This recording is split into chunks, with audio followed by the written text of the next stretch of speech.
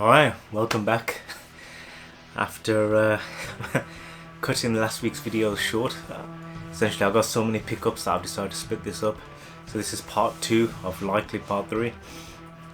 And last week we ended with me showing you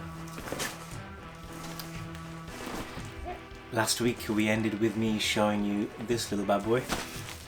Before we get to unboxing and unwrapping this thing, I thought I would like to say that I've got a lot of viewers on the channel now, so thanks for taking your time to check out the craziness that I get up to with my pickups, but not as many subscribers. So if you're watching this, then I've got a message for you. Come on, man. You tell him, Joe. You know what you gotta do, right? Just do it. Alright, so let's get in it. Gotta be careful. I have ripped boxes in the past. I really should have hidden my address, so I'll just get rid of that. Okay, so this guy did a very good job with the wrapper.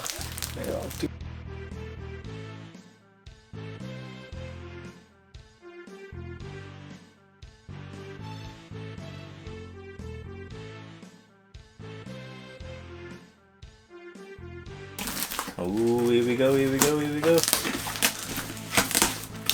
Alright. Can anybody guess from looking at that which variant it is? Kind of obvious now what, but which variant I guess is what we're playing for.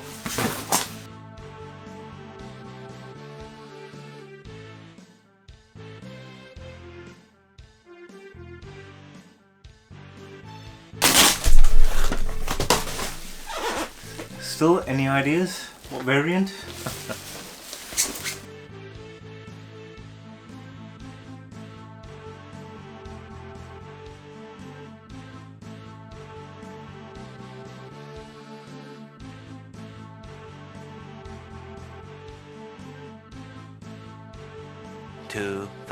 Years later.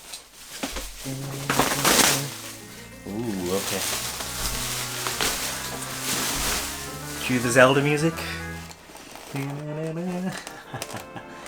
Yeah, so it is the large display box for the SNES. A little bit of a tear there, which is a shame. Not unexpected though. A little bit rough around the edge. Let's see if I can get a little bit close. So there you can see the little bit of a tear. The corners are all sharp, but you can see it's quite worn really, which is a shame. So why did I buy this? Because this is I'd say a rarer, an uncommon variant of the SNES, I think, and it is complete with a SNES. There is a SNES inside here. No games, obviously no game, but this version where you would buy the SNES and it would come with a game is pretty cool, I think. The way that they did it, I think Nintendo were trying to be clever. They wanted to sell more games and do bundles and tie-ins, but every time they did a box variant, right, it cost them probably quite a bit. So you do this, but you can chuck whatever game you want in there and then just sell it as a bundle. And I guess, you know, Argos or Currys or Comet, where I used to work, they could just do their own deals. Let's have a look on the back. It's got some promo for Zelda, Starwing, All Stars, Mario Paint, which looks pretty cool, I think. Latest release limited edition pack. Does it have a year on here? 93? 93? I guess for Starwing and Zelda and All Stars to have come out, it has to be something like that. So, which game do you think I should display this with? I'm not too sure. I've been thinking about it, and I think Zelda would be nice, but I've only got one copy of A Link to the Past. That's up there. I didn't really want to move that.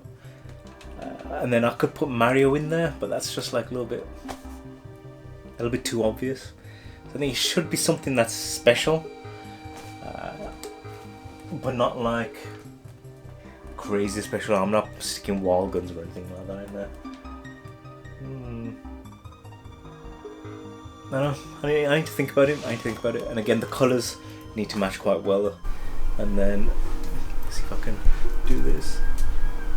Ooh, there you go. I don't have much space up there, so either the All Stars or the Turbo 2 is gonna have to come down. Like I love the Super Mario World, the big box one, so that's not going anywhere. But yeah, why did I buy this? Whenever I saw them out in the wild or in general, they're going for like 200 quid, which is crazy. This was 120, so yeah, I'll have that. Again, I've been after this one for quite a while, so glad to add this to the collection. For the rest of the pickups for this video, so I've gone with a little bit of a theme. So we've gone box only. I picked up quite a few box only games in the last few weeks. What do I mean by that? So they're essentially just empty. There's no game in there, but they're relatively sought after. So I wouldn't say they're bargains, but the first one, let's just start off with a bang, is this copy of Bad Fur Day. It's not the best condition. You can see there's a little bit of a tear there. It's a little bit out of shape. The front of it doesn't look too bad, but this one's in, you know, dire need for a box protector, and it comes with the chunky manual. Check out the manual on this bad boy. It's multi-language, so that's why they made it so big. But even the manual, in good condition to be fair, is quite sought after for Bad Fur Day.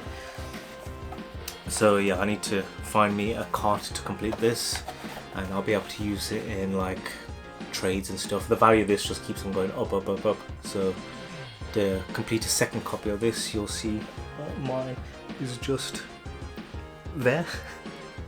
And that's mint, and that came in an acrylic box, so I'm not taking it out of that. So I personally don't need a copy, but to get this for like, I think it's 90 odd quid, and if I can complete it with a game for about the same sort of amount, I'll have a cheap copy of Bad Fur Day, which again, for CEX in the future or whatever, voucher trading, it'll always be in demand, I think. So glad to have that. Next one, following on from last week's Pokemon theme, is a game I haven't played yet, either the original or this version, and that is Alpha Sapphire, box only. It's even got the CEX sticker from when the dude bought it, 22 quid look.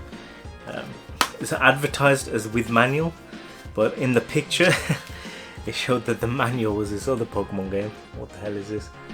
Pokemon Ranger Guardian Signs. I mean, what a mouthful. They went crazy, didn't they? So this is a DS era game. No idea, never heard of it, never played it.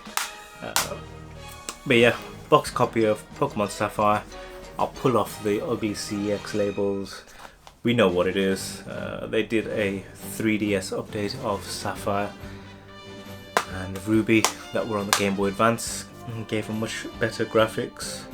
You'll see the videos. I'll lay both of them next to each other. How about that?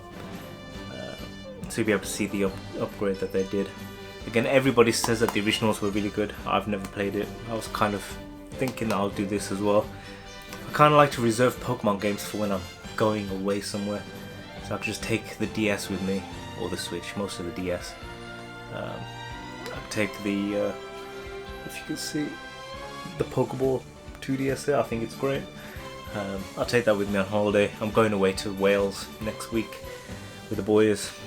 So I think I've got a copy of it already loaded on there, so I'll give this a whirl then, see what it's like.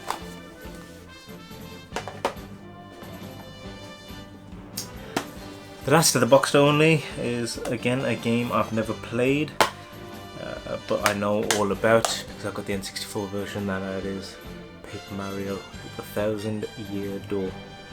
Again, very sought after these days. The value of this is going up and up and up. It's good condition, box only. So with it being GameCube, you care about the label, really, right? You're paying for the label. The actual plastic, you know, you can swap it out with anything. Doesn't really matter. So no manual with this one, sadly. So it is completely empty, but I'm pretty certain these will pop up now and then, so over the next few weeks or months or whatever, I'll try and complete this bad boy. Yeah. As for the games, it's not a box only. Break the mold a little bit. You know, I did that Time Crisis kind of mission a few months ago to play Time Crisis on the PS2 to hunt down a G-Con 2. I learned since then that there was actually a Resident Evil game, which they did, which utilised the G-Con 2. So I thought I've got to give this a whirl, and then I found out it's quite expensive. So I hunted one down on eBay, complete, and that is Survivor 2. I think that the first one called Survival was on the PlayStation 1. So this is, well, that one was called Gun Survivor. This is just Survivor 2, and it's based on Code Veronica. I don't know if anybody's played that one. I personally have only started Code Veronica and completed it. Everybody says it's awesome, and everybody is like, Capcom should remake it next after Resident Evil 4. I think I'd support that decision. Resident Evil 5 doesn't seem like that long ago, and I think it's probably fairly playable even now on the PS3, right? So to remake the previous era Code Veronica is probably a good shout. The game's not in here because it's still inside the PS2. I fired it up, I played the first couple of levels. It's weird, it's a light gun game, but you actually have control of the character, so it's not on the rails. I don't like that much, to be fair. It's not what I was expecting. I was expecting Virtua Cop, but Resident Evil Zombies. Kind of like House of the Dead, I suppose. But Resident Evil. And it wasn't like that. And the controls were quite janky. So, you know, you kept on turning around and knocking into walls and that sort of shit. So I didn't really like it as much as I thought I would. Which is a shame, really, because I was quite looking forward to it. Have anybody played the Chronicle games on the Wii? And I think the PS3, PS4, you can do them with a move on the Wii. It's really easy. If you haven't, I think it's called Dark Side Chronicles and something else. They're really good. The second one is 2-player. Well, no, the first one was 2-player. They both might be 2-player. And using the Wii motion controller, they work quite well. You can play them on a big TV, flat screen as well. So. Yeah, I was hoping it'd be more like that instead of what I got here, which was a letdown. But no, never mind. It's quite a sought after game, so it's nice to add to the collection. Lastly, to continue my Game Boy obsession, I saw both of these going for relatively cheap. I picked up one a few months ago, which had a bit of a dodgy screen. It was quite damaged, and I saw both of these going for pretty much the same or less. So one was off Vinted, one was local Facebook Marketplace. Although, you know what, I'm just going to grab them both. And that is Game Boy Pikachu, Game Boy Color Pikachu editions.